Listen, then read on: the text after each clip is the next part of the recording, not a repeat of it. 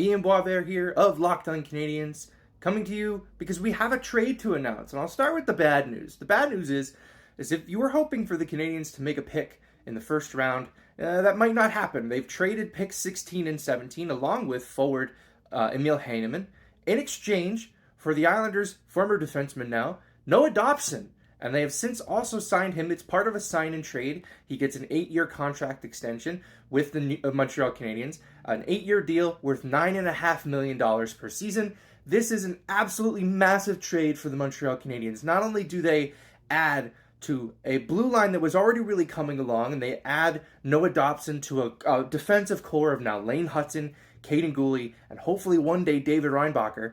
But they move very little of their prospect pool to make that happen. Yes, they trade 2 first-round picks.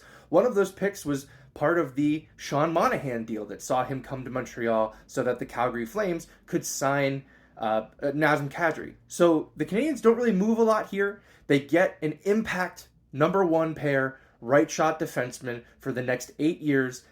And there's a lot to think about how this will shape the next few years of this team. And maybe, just maybe, this last year in the playoffs wasn't a fluke and we'll see them back there if they continue to build the roster in this way. Laura and I are going to try to jump on a bonus episode this evening, Friday evening, hopefully having that out to you around the time that the draft starts. So if you're a Canadiens fan and you don't really want to watch the draft now, well, we're hoping we'll have an episode out for you then. So stay tuned. Locked On Canadiens will have you covered for the rest of the draft as well. But boy, huge trade for the Montreal Canadiens.